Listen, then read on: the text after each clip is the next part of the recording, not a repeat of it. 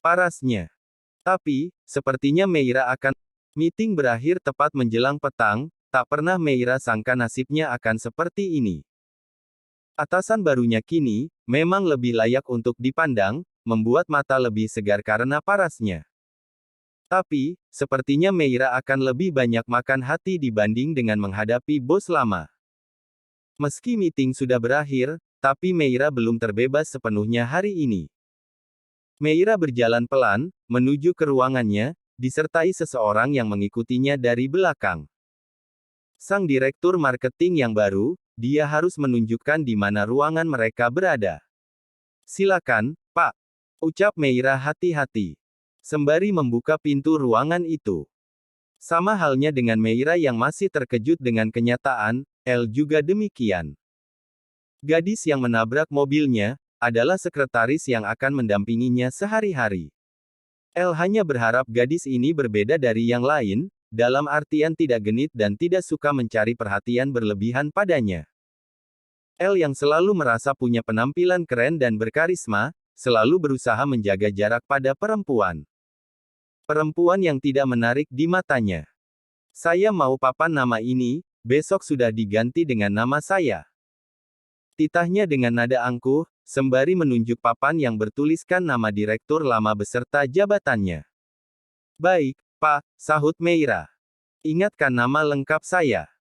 Tanya lelaki itu, dia ragu dengan Meira, gadis yang sedari tadi sepertinya kehilangan fokusnya. Darrell Aresnio, Pak. Ucapnya pelan. Apa?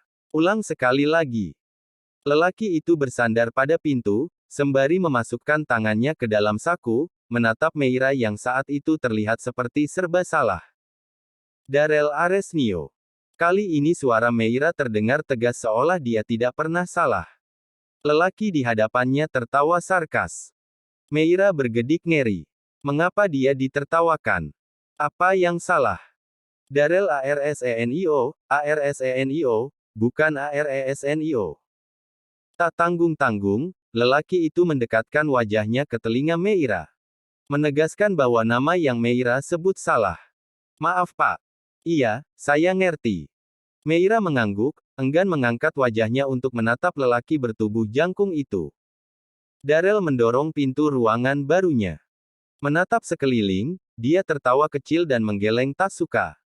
Desain ruangan yang benar-benar membuatnya malas berlama-lama di sini. Besok, kamu hubungi jasa desain interior terbaik di kota ini, saya mau mengubah konsep ruangan ini. Nggak ada seninya sama sekali. Ganti semuanya. Titah Darrell. Wajar dong, kan penghuni sebelumnya orang tua. Refleks Meira menjawab. Harusnya dia diam saja. Oke, baik Pak, mau konsep yang bagaimana? Tanya Meira. Ya ampun, belum apa-apa, sudah bikin sakit kepala nih orang, banyak banget maunya. Meira mengepal tangannya, kesal. Terserah kamu, itu urusan kamu. Pokoknya yang bisa buat saya nyaman dan betah di sini. Biayanya gimana? Biasanya kalau deal, mereka akan meminta uang panjar. Untuk hal ini, Meira tak akan main-main, yang penting si bos baru ini tidak mengungkit soal kejadian di gerbang tadi. Darrell terlihat sedang berpikir. Kamu saja yang bayar, sebagai ganti biaya perbaikan mobil. Pak, nggak bisa begitu, dong. Kan tadi sudah sepakat, kalau itu dipotong dari gaji saya. Keluh Meira. Jadi kamu setuju gaji kamu dipotong? Meira mengangguk, tak ada pilihan lain.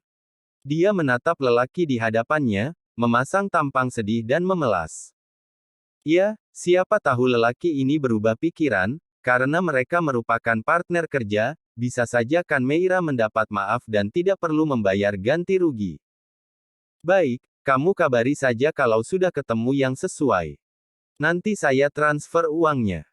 Ternyata dugaan Meira salah, lelaki ini masih tetap bertahan dengan keinginannya, memotong gaji Meira. Oke. Sahut Meira. Ada lagi, Pak? Tanya gadis itu dengan penuh pengharapan, kalau hari ini benar-benar akan berakhir.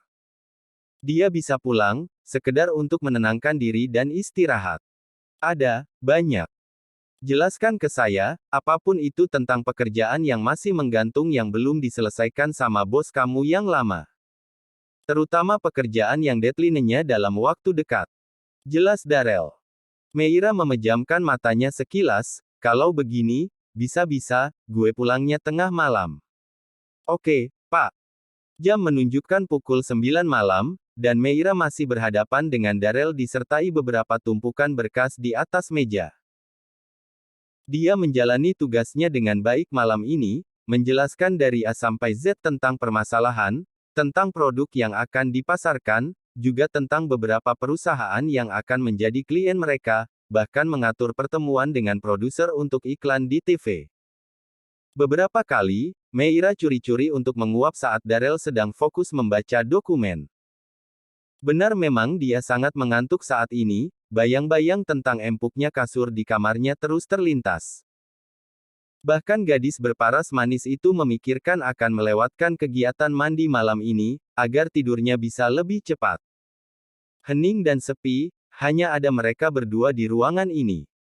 Kemungkinan, di gedung ini juga sudah sepi, hanya beberapa karyawan di divisi lain yang masih lembur. Tapi, di lantai itu hanya ada mereka berdua. Kruriuk. Saking heningnya, bunyi perut Meira yang tidak tahu malu itu terdengar jelas. Iya, dia memang lapar, Meira akui itu. Lelaki di hadapannya menoleh, kamu lapar. Enggak Pak. Tak mau mengaku, ya jelas malu dong. Beneran, enggak lapar? Tanya Darrell sekali lagi.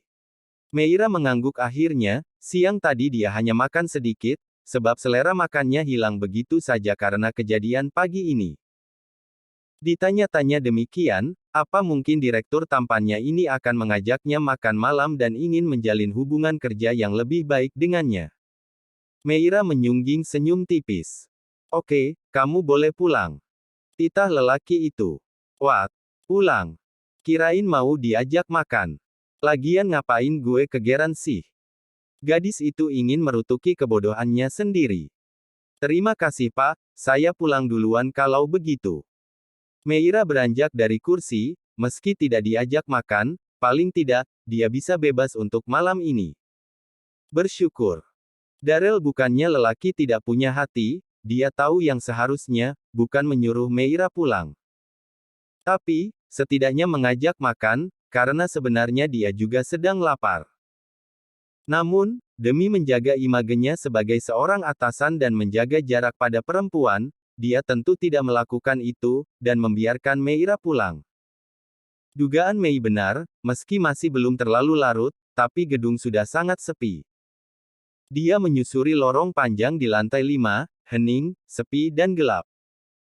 Bukan masalah besar bagi Meira, jika dia lembur seperti ini, karena pasti ada upah lembur yang lumayan. Fokus Meira, fokus. Tak mau memikirkan apapun, Meira terus berjalan sampai di depan pintu lift. Dia juga sering pulang malam seperti ini, tapi, suasana tidak sehoror ini. Mungkin karena Pak Warsono yang baru saja meninggal. Dia ingat, pernah beberapa kali berada dalam lift yang sama dengan almarhum bosnya itu. Bagaimana jika tiba-tiba, Meira? Suara seorang lelaki, tapi Meira yakin ini bukan suara bos lamanya. Nggak sopan kamu ninggalin saya gitu aja. El melewati Meira saat pintu lift sudah terbuka, Meira masih memegangi dadanya. Dia masih terkejut dengan kehadiran seseorang yang ternyata adalah Darrell Arsenio. Meira diam tak menanggapi, mau tak mau, mereka berada dalam satu lift malam ini. Padahal kan, ada lift khusus pimpinan, kenapa Darrell harus menggunakan lift umum? Tanya Meira dalam hati. Tak ada pembicaraan lagi di antara mereka berdua sejak dalam lift sampai mereka menuju kendaraan masing-masing. Meira sendiri masih ingin membaca bagaimana sifat seorang direktur baru mereka itu. Jangan sampai dia salah tanggap, yang akhirnya membahayakan dirinya. Pagi Bunda. Darrell menyentuh pundak bundanya, wanita itu sedang duduk di kursi makan menoleh ke samping. Pagi sayang. Tumben hari ini cepat banget. Sindir Bunda. Harus dong Bun, udah jadi pimpinan. Mana bisa seenaknya lagi.